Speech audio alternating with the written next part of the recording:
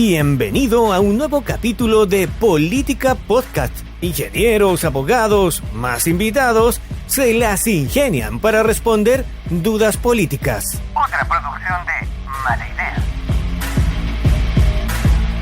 Hola a todos los amigos de País Lobo, soy Rocío Gambra y esto es un nuevo Política Podcast. Esta vez estaremos conversando con Juan Carlos Claret. ¿Cómo estás, Juan Carlos?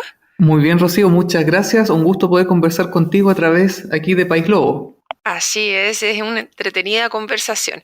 Oye, ¿sabes que el lunes estuvimos conversando con Alicia y con Rodrigo y de repente salió la idea de que la constituyente fue como la salida a que nos estábamos tirando los platos por la cabeza, como un matrimonio, y hubiéramos ido a terapia de pareja? Y muchas veces las terapias de pareja van sobre todo cuando hay cierto amor de por medio. Pero me quedé pensando y reflexionando sobre este tema y digo, esto más que un matrimonio por amor es algo como matrimonio por conveniencia, se podría decir, o forzado por las reglas, ya que hay ciertas personas y miembros de esta sociedad que nunca tuvieron derecho a elegir, se podría decir, si son parte o no son parte.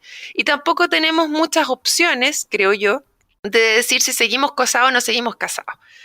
Entonces, si es que hubiésemos ido realmente a terapia pareja y esta convención hubiese sido esa instancia, mucho se habla de que efectivamente habían personas y miembros de esta sociedad que estaban fuera de la conversación y que en este momento se tomaron todos los micrófonos, que se habla mucho del dolor y de sanar esos procesos.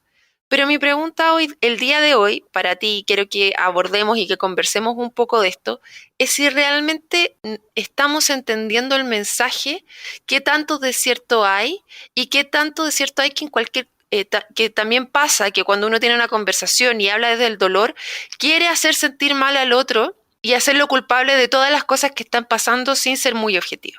Entonces, sintiendo que este fue un proceso, creo yo, como de bastante de sacar todo lo que había adentro, ¿cómo lo ves tú? ¿Coincides conmigo un poco en esa analogía? Mira, te escucho. A propósito del tema del matrimonio, yo creo que hay dos momentos. Uno, en cuando uno escoge celebrar el contrato de matrimonio, y por otra parte hay una etapa posterior que es la convivencia, la vida en pareja. Yo creo que para tratar de desentrañar cómo es nuestra relación como matrimonio social, digamos, como país, yo creo que es importante ver qué es lo que había antes y qué es lo que está ocurriendo ahora, qué es lo que nos llevó a la celebración del matrimonio y por otra parte, cómo ha sido la convivencia. No es primera vez que menciono, de hecho, es parte de una trilogía de libros que publiqué en 2020, y Chile atraviesa una crisis de confianza. Siempre se dice que en Chile no hay confianza, se desconfía de las instituciones, se desconfía de un montón de cosas, pero yo me pregunté, ¿qué entendemos por confianza? Porque generalmente se dice que confianza es una relación. Yo, por ejemplo, puedo tener una relación contigo de confianza, pero eso era mi postulado, digamos, de que la confianza no era solamente una relación intersubjetiva, sino que era también un espacio. Porque cuando uno va al hospital y uno encuentra a una persona con un delantal blanco, confía, dijera Coco Legrand, que uno es el médico. Entonces, si el tipo de delantal blanco me dice desnúdese, yo me desnudo. Pero si voy por la calle y me encuentro con una persona con delantal blanco y me dice desnúdese, puede ser una persona que está vendiendo churros y yo no hago, digamos, lo que él me está diciendo. Entonces, ¿cómo se entiende de que para una persona con bata blanca en un edificio sí, pero una persona con una bata blanca en un carrito no? ¿Qué es lo que cambia? ¿Cambia la persona, cambia la bata o cambia el espacio, el contexto en el que se mueve? Entonces, lo que postulo es que los espacios en el que nos movemos condicionan nuestro tipo de relación. Y lo que ocurre es que hasta hace pocos años atrás, y todavía, digamos, pero está en proceso de cambio, todavía no muere, pero todavía no nace lo siguiente, hemos vivido un contexto donde el diseño de nuestro espacio estaba condicionando la participación de muchas personas y eso en parte es lo que explica la irrupción con el estallido social. Si bien hay personas que cometieron delitos y hay un grupo delictual, sí, yo digamos, sigo categórico en condenar eso, pero también es cierto que, por ejemplo, cuando hubo 2 millones de personas protestando en Chile, esos 2 millones de personas que reclamaban, digamos, reivindicar derechos, no eran personas que estaban delinquiendo, sino que eran personas que se sentían postergadas. ¿Por qué? Porque daba lo mismo lo que decidan o no decidan las instituciones porque no les cambiaba el diario vivir. Daba lo mismo cuál era el problema de ellos porque el diseño institucional, el diseño de la política no le daba eco a sus demandas. Entonces, en último término, tenemos una crisis de confianza porque el diseño institucional, valga la redundancia, de nuestras instituciones, hacen que sea impermeable a las necesidades, al día a día, a las contingencias, a la adaptación. El gran problema que teníamos antes es que nuestras instituciones eran demasiado rígidas, que impedían adaptarse, y por otra parte no estaban diseñadas para escuchar a la gente, sino que estaban diseñadas para crearse a sí misma. Daba lo mismo que cuál era la discusión en el Senado, lo importante es que hubieran senadores. Entonces, cuando tenemos ese diseño institucional, tenemos una crisis en cierne, y eso es lo que, por una parte, nos lleva a este matrimonio, que es no tener otra alternativa, porque es esto o era el caos, lo que muchos teóricos conocen como estado de naturaleza. Entonces, llegamos a este matrimonio, porque el matrimonio en último término es un pacto también. Entonces, cuando estamos diciendo que la Convención Constitucional es un pacto social, en el fondo estamos diciendo más o menos algo similar, en el sentido de que llegamos a este pacto porque no teníamos más alternativa. Y es ahí donde yo creo que hubo una expectativa que no se cumplió, que es la Constitución como la casa para todos. Y de hecho, cuando fui candidato constituyente, yo también decía, yo quiero una Constitución que más que una casa para todos, sea una Constitución para tender puentes. ¿Por qué? Porque es imposible que un proceso político deje contento a todos. O sea, todos decimos, no, es que la Constitución de Estados Unidos tiene pocos artículos y deja contento a todos. Pero poco recordamos que... ¿Ah?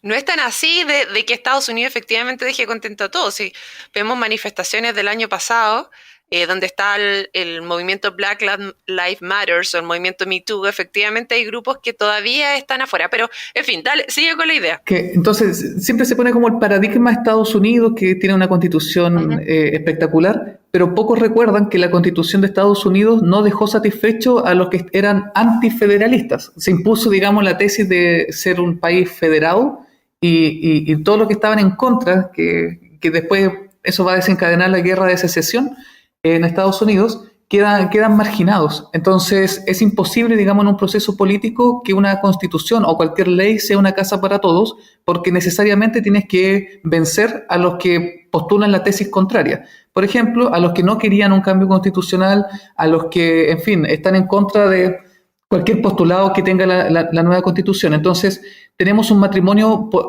forzado porque no había alternativa, y era la única alternativa civilizada para salir de un conflicto que nace en su origen sabiendo de que en la relación, en la convivencia, en la vida en pareja, no se iba a poder satisfacer los deseos, las pretensiones de todos los que estaban convocados a este matrimonio. Es como tener un matrimonio entre tres, ¿me entiendes? Siempre hay alguien que va a quedar perjudicado, claro, y que en algún momento va a hacer crisis. Entonces, eso es lo que yo creo que es lo que está pasando. Fue un matrimonio que fue la última alternativa que de hecho la clase política fue la que la ofreció como para canalizar, digamos, el estallido. Y por otra parte es imposible que sea una casa para todos, toda vez que en lugar de tener una constitución que tienda puentes, como por último, para que los grupos más perjudicados o los grupos que van a quedar con sus tesis políticas fuera, tengan, digamos, cómo poder ingresar al proyecto. Esta idea de una constitución como casa para todos finalmente no es posible en los hechos. Entonces, esta convivencia es lo que ha ido haciendo crisis prácticamente en el último año, desde el inicio de la convención, porque finalmente no todos se sienten representados. El problema es que en este matrimonio, dado su origen y dado su composición, es imposible, digamos, que haya sido para todos. Y ahí es como que se rompiera un poco la burbuja, y te hago la pregunta en el sentido de decir, ya, efectivamente, tú fuiste parte del proceso y teníamos esta idea inicial. Yo creo que nadie tiene la verdad resuelta y efectivamente esto es algo que va cambiando. Pero muchos se hablaban, y varias personas de derecha incluso, porque si no nos explica el 80% de la votación por el apruebo, votaron por el apruebo. Y siendo ese el proceso y pensando en este sistema de la casa para todos, se rompe esta quimera de decir, pucha, en verdad no lo vamos a lograr. porque efectivamente hay un grupo que va a quedar excluido. Pero ¿crees tú que es posible hacer algo donde algo se recoja o no queden efectivamente excluido ese grupo de la población? ¿O es solamente una utopía? Ya. ¿Qué crees tú? Yo creo que son niveles distintos. Delante estaba tratando de insinuar la metáfora entre una casa y un puente. Es imposible que sea una casa para todos, pero sí uno puede conseguir en los hechos y normativamente una constitución que tienda puentes. ¿Y cómo se consigue esto? Con los quórums de reforma. Para mí, creo que lo conversamos hace 2 semanas atrás, uno de los baremos para decidir mi voto es si esta constitución es lo suficientemente rígida o es lo suficientemente flexible como para permitir cambios, porque los problemas de hoy día no son los problemas de 10 años más en el futuro. Entonces, la pregunta es, ¿estamos diseñando una constitución que permite adaptarse a los desafíos de los tiempos? Y es ahí donde entra la lógica del puente. Porque claro, grupos que hoy día pueden decir, mira, la Constitución a mí no me representa, sí pueden decir, ¿sabes? Pero esta Constitución diseña instituciones en las que nuestra voz, no sé, en el Parlamento, sí va a tener, digamos, un peso, sí va a ser reconocido o por lo menos sí tenemos chances de conseguir cambios. Tal vez no en la Constitución, pero sí, por ejemplo, conseguir leyes o medidas concretas. Si la Constitución permite eso, más que construir una casa para todos, lo que está haciendo es inteligentemente tender puentes. La pregunta ahora es si es que la Constitución lo está consiguiendo o no. Y ahí es donde yo creo que tenemos un pecado de origen con la Constitución actual, y que siempre se dice que la Constitución del 80, el pecado de origen es su origen, digamos, dictatorial. La Constitución actual tiene un pecado de origen y es lo que vamos a conceptuar como la desconfianza paranoide. ¿Por qué? Delante mencionaba el tema de la crisis de confianza, ¿cierto? ¿Cuándo ocurre una crisis? Cuando ocurre un hito que es disruptivo con nuestros paradigmas. Esto no dice mucho, pero ¿qué significa esto? Nosotros tenemos distintas formas de confiar. Disculpa que me vaya en esta volada, pero como te no mencionaba... importa, hoy día lo había querido tirar reflexivo, así que estamos bien, estamos dentro de ese punto. Y los que se quieran sumar a reflexionar con nosotros, mejor. Pero ¿sabes por qué? Y los voy a poner en contexto. Porque una de las cosas que estábamos haciendo mucho en este programa y que me tiraron un poco las orejas fue de que estábamos analizando punto por punto, pero no estábamos viendo el global.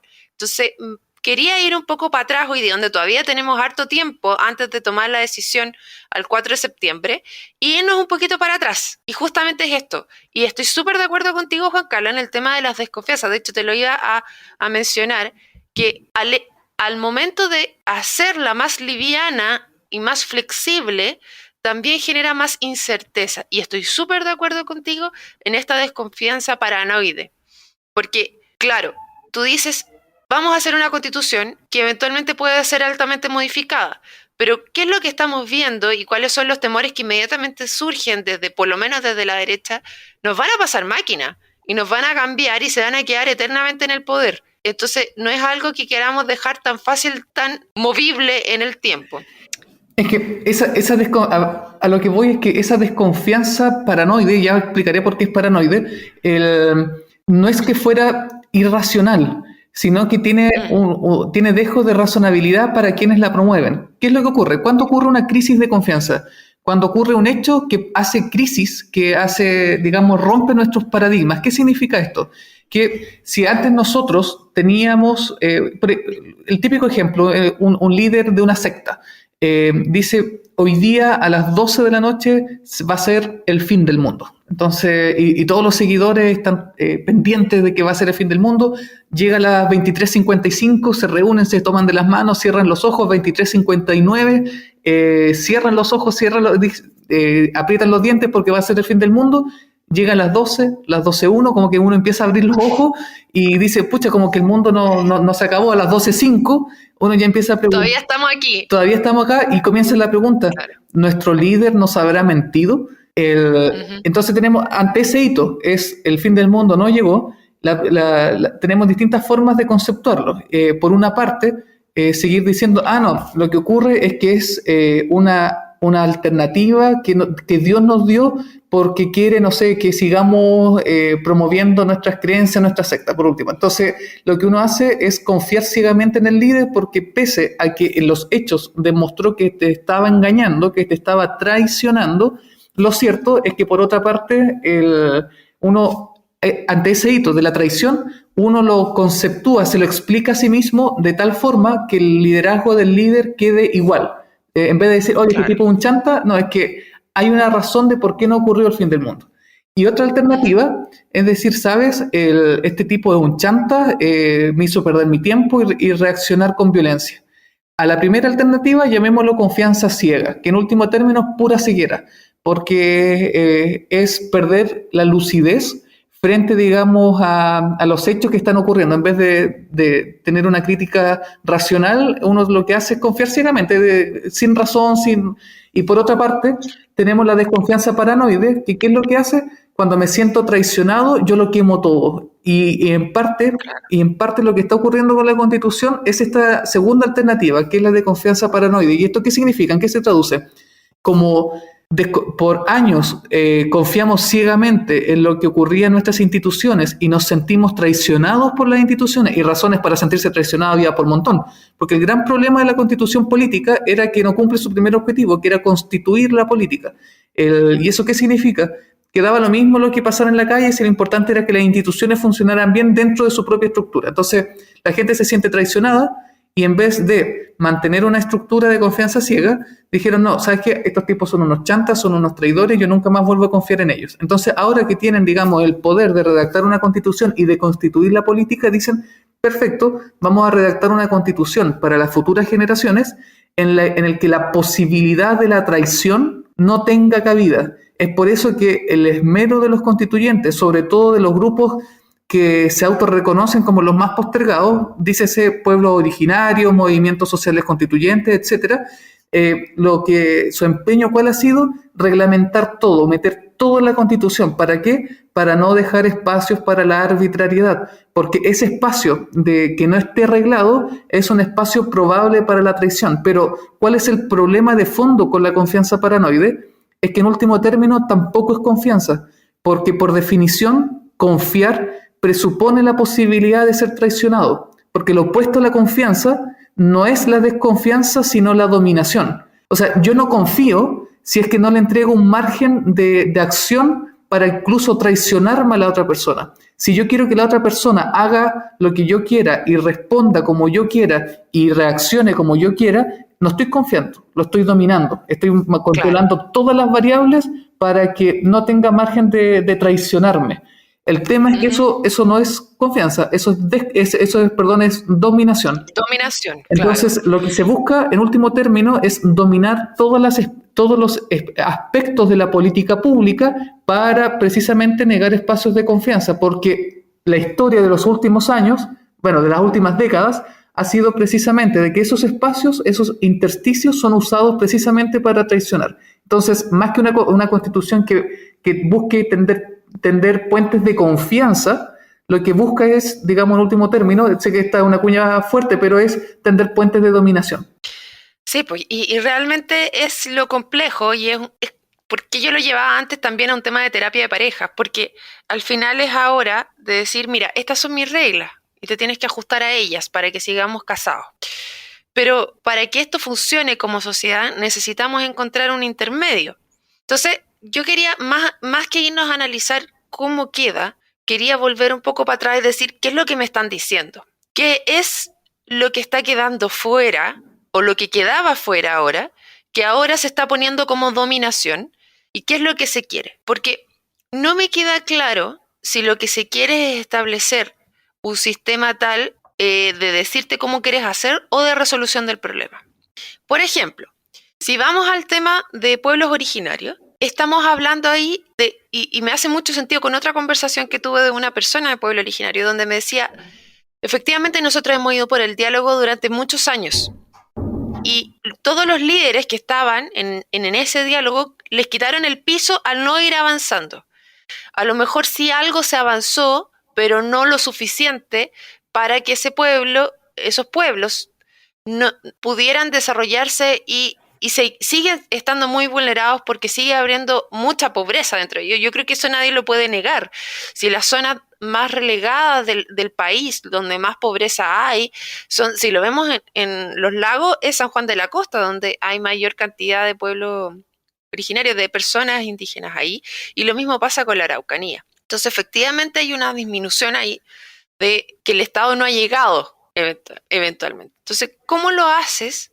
Haciéndote cargo de eso, de que efectivamente esos líderes más dialogantes ya no tienen ese piso político dentro de su comunidad y van aquellos que lo quieren quemar todo porque en verdad dicen la única forma de que obtengamos respuesta es a través de esto.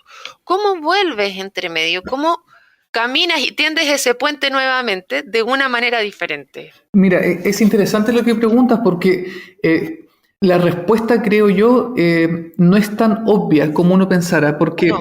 porque ¿qué es lo que ocurre? Cuando uno hace una crítica, y bueno, es signo de los tiempos también, cuando uno hace una crítica al proceso constituyente o al borrador constitucional, nos falta quienes creen que dicen, entonces está defendiendo la Constitución actual, este tipo del rechazo, Entonces, no, uno puede perfectamente disentir, digamos, racionalmente y hacer críticas, digamos, justificadas, y no necesariamente por eso voy a adherir 100% a lo que era la Constitución, digamos, del 80, 89 y 2005, que fueron los procesos de reforma de la misma Constitución. Entonces, ¿qué es lo que sucede? Que el pecado de la Constitución que todavía está vigente, que es la Constitución en último término del 2005, pero ya vamos a poder hablar por qué no menciono que es la del 80, porque cambiaron las lógicas dentro del proceso de esa Constitución, con las reformas que se le hicieron.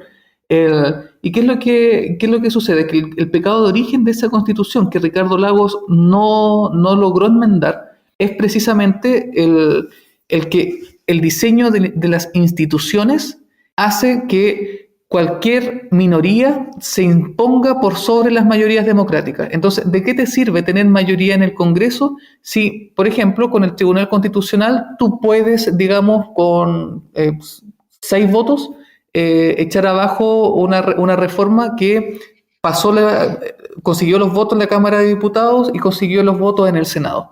Era una institución que fue pensada, y esto Jaime Guzmán lo decía en la entrevista. Yo tengo una entrevista que dio en la revista Análisis en su momento, donde él dice, esta Constitución la diseñamos para que indistintamente sea el que llegue al poder, no pueda sino gobernar como si nosotros estuviéramos en el poder. O sea, es una Constitución que suma cero, porque trata de empatar y neutralizar a las mayorías. Y eso nos terminó pasando las cuentas. No sé si muchos se acordarán de cuáles eran los episodios que vivíamos en el Tribunal Constitucional hasta hace muy poco, donde Jaime Belolio, antes de ser ministro, era parlamentario, y en el Parlamento, ¿qué decía? Cuando perdieron una mayoría, de hecho hay grabaciones de él diciéndolo a micrófono, digamos, perdimos acá, pero tenemos la mayoría en el Tribunal Constitucional, así que esto no va a ser ley. Entonces, cuando tenemos instituciones que están diseñadas para neutralizar a las mayorías democráticas, cuando tenemos instituciones para acallar los clamores de la gente, en último término, lo que estamos haciendo es que la gente entonces empieza a canalizar su ira por otra parte. Hace tiempo atrás, en el proceso de campaña de constituyentes, miraba mi infancia y claro, yo nací en 93, tomé conciencia allí por el 2003, 2004, uno ya empieza, digamos, como a entender lo que está pasando en su entorno, y yo no recuerdo un año de mi infancia en el que no haya sido necesario que la gente saliera a la calle y tuviera que dejar la crema para ser escuchada. Con el caso del obispo Barros nos pasó algo similar. O sea, tuvimos todos los intentos de hacer ver cuál era el problema dentro de la institución, no tuvo ninguna cabida y tuvimos que salir a la calle y recién ahí nos escucharon. Es decir, nos acostumbramos a un país donde el diseño de sus instituciones era tal que la única alternativa para que tu clamor fuera escuchado era no a través de las mismas instituciones, sino que era a través de la calle. Y eso es lo que finalmente desencanta, eso es lo que finalmente genera la sensación de que las instituciones no funcionan, porque ¿qué institución funciona si en último término la institución? Por definición, una institución es lo que busca ser probable, lo que naturalmente es improbable, o sea, lo que en naturaleza no se da, es una construcción social, eso llamamos instituciones.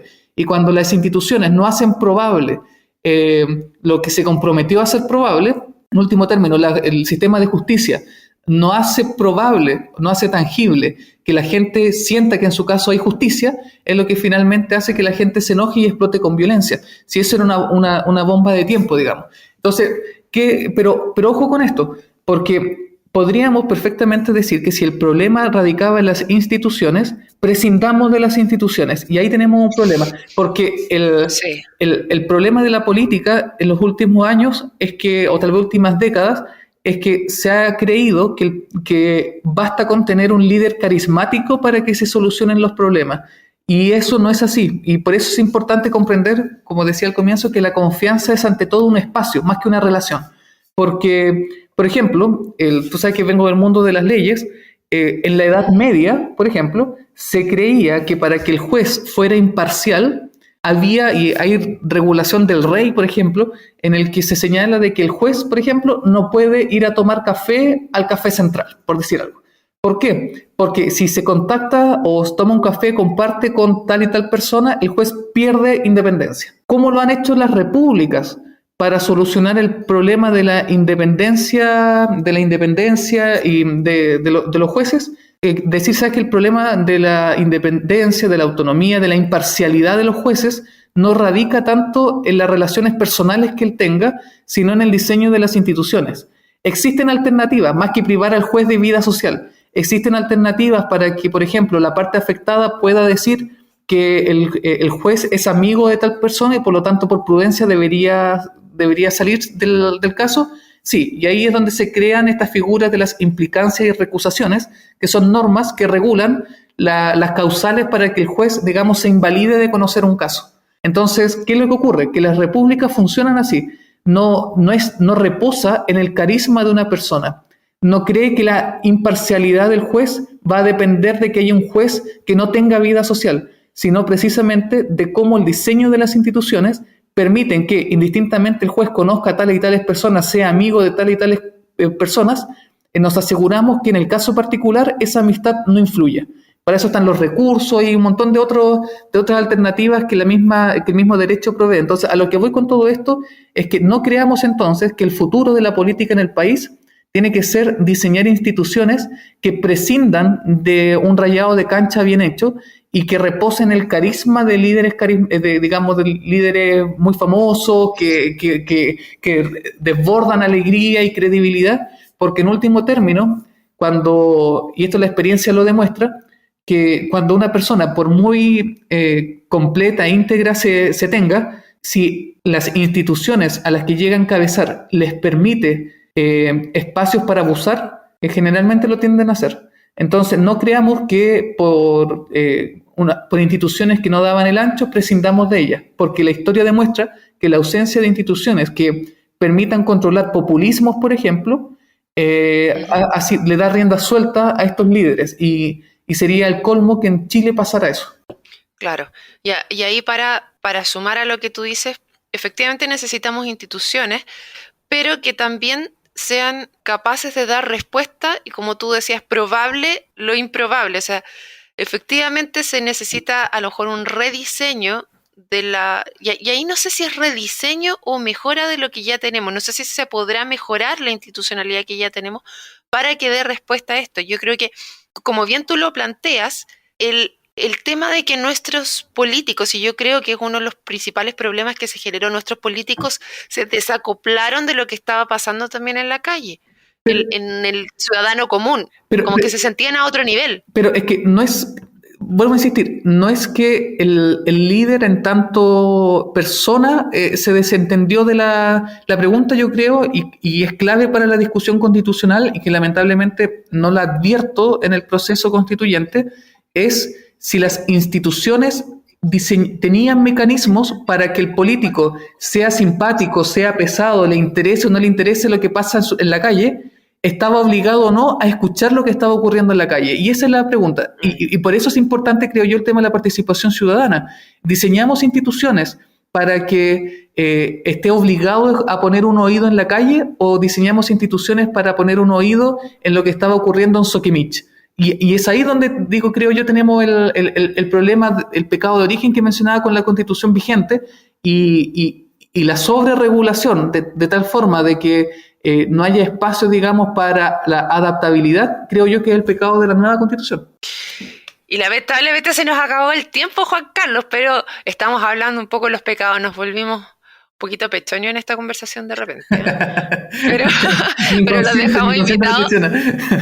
Sí, los dejamos invitados a que sigan reflexionando con nosotros en algo, una decisión tan importante que se viene ahora y ver si efectivamente resuelve o ayuda a avanzar un poquito en lo que es la conversación. Muchas gracias a todos los que nos acompañaron hoy día. Nos volvemos a encontrar en un próximo Política Podcast. Chao, Juan Carlos. Chao.